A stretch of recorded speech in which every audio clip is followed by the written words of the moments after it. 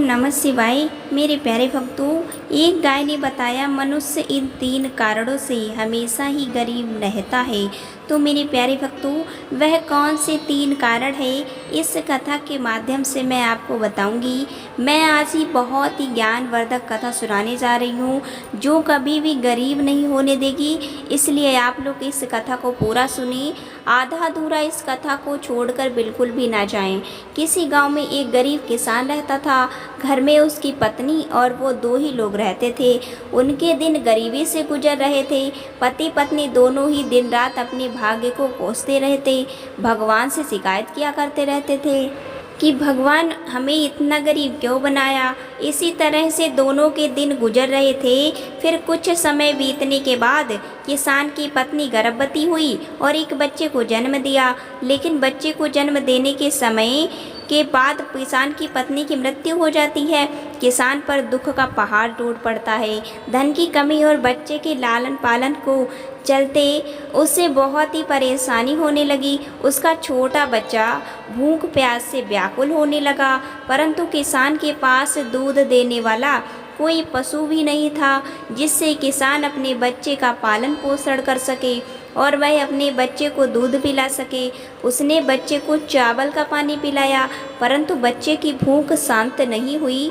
उसे तो दूध चाहिए था, लेकिन वह किसान इतना ज़्यादा गरीब था कि वह दूध नहीं ला सकता था।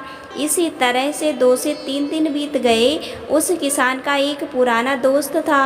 वह किसान के एक दिन घर आया और किसान की इस तरह की हालत देख करके यह दोस्त उस किसान से कहने लगा कि हे मित्र, हमारे गांव के पास में एक जंगल में उसमें एक बड़े ही सिद्ध महात्मा हैं और उनके पास एक बहुत ही सुंदर गाय है। तुम उन्हीं के पास जाओ और उनसे प्रार्थना करो और उनसे एक गाय मांग लो। मुझे पूरा भरोसा है कि वो साधु बड़े ही नेक दिल वाले हैं और उस गाय को तुम्हें ज़रूर दे देंगे। वह किसान अपने दोस्त की बात को सुन करके अगले दिन उस महात्मा के पास पहुंच गया। फिर जब सुबह होती है तब वह किसान उस महात्मा से मिलने के लिए निकल पड़ता है। अंत में वह उस स्थान पर पहुंच जाता है जहां पर महात्मा जी अपनी कुटिया बनाकर रहते थे।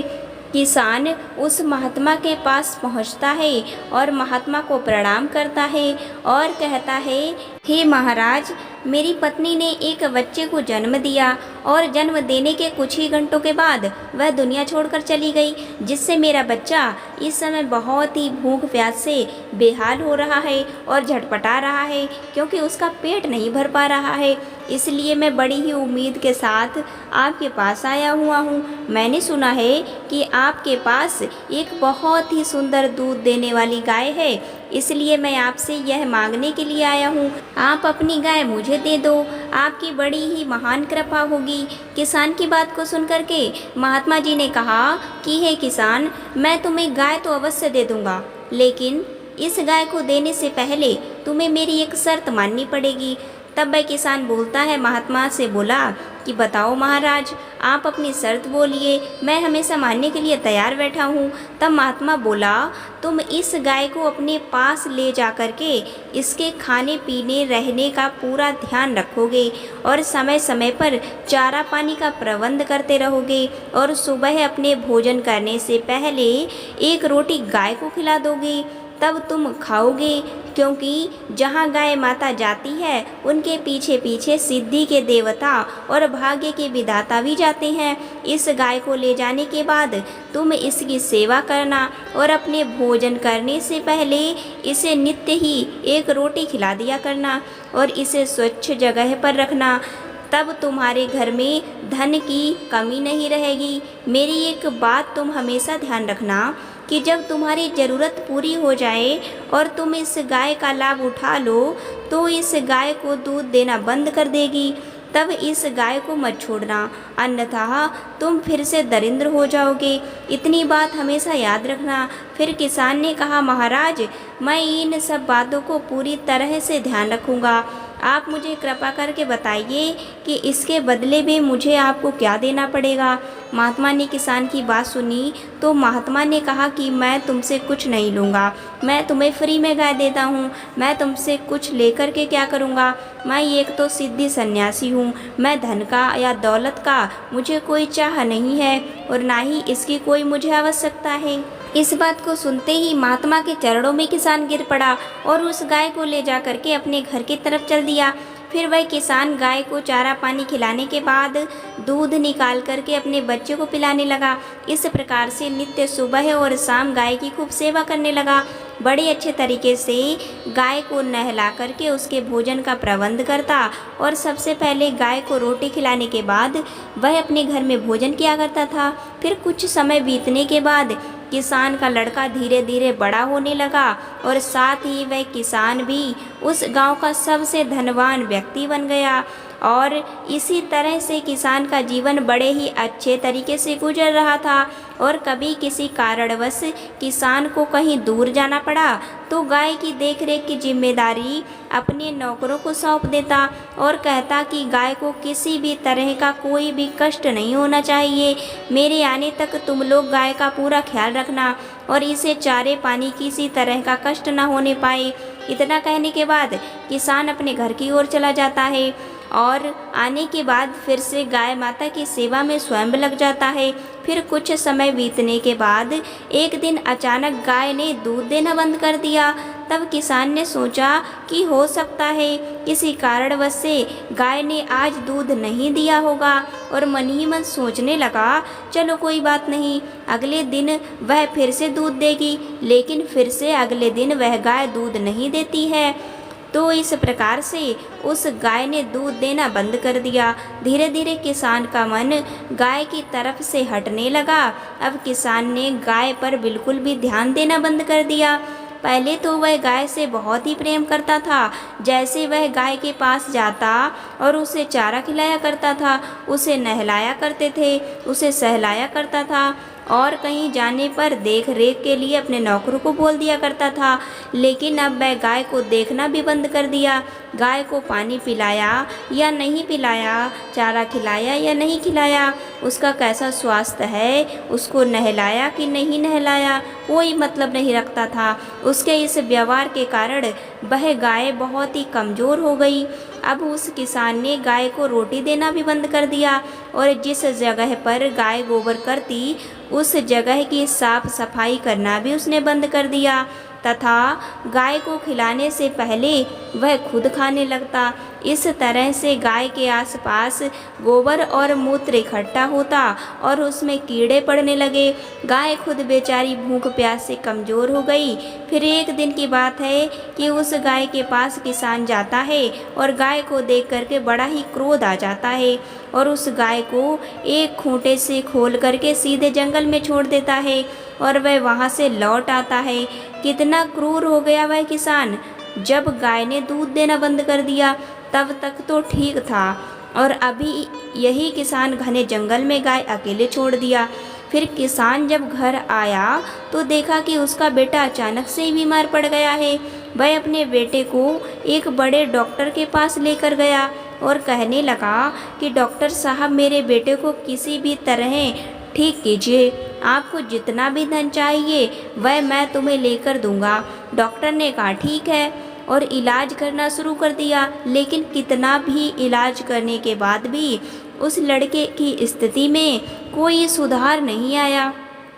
तब उस डॉक्टर ने कहा कि मुझे और धन की आवश्यकता होगी। यहाँ इस गांव में इस लड़के को ठीक नहीं किया जा सकता। इसके लिए तुम्हें लड़के को शहर के बड़े हॉस्पिटल में ले जाना पड़ेगा।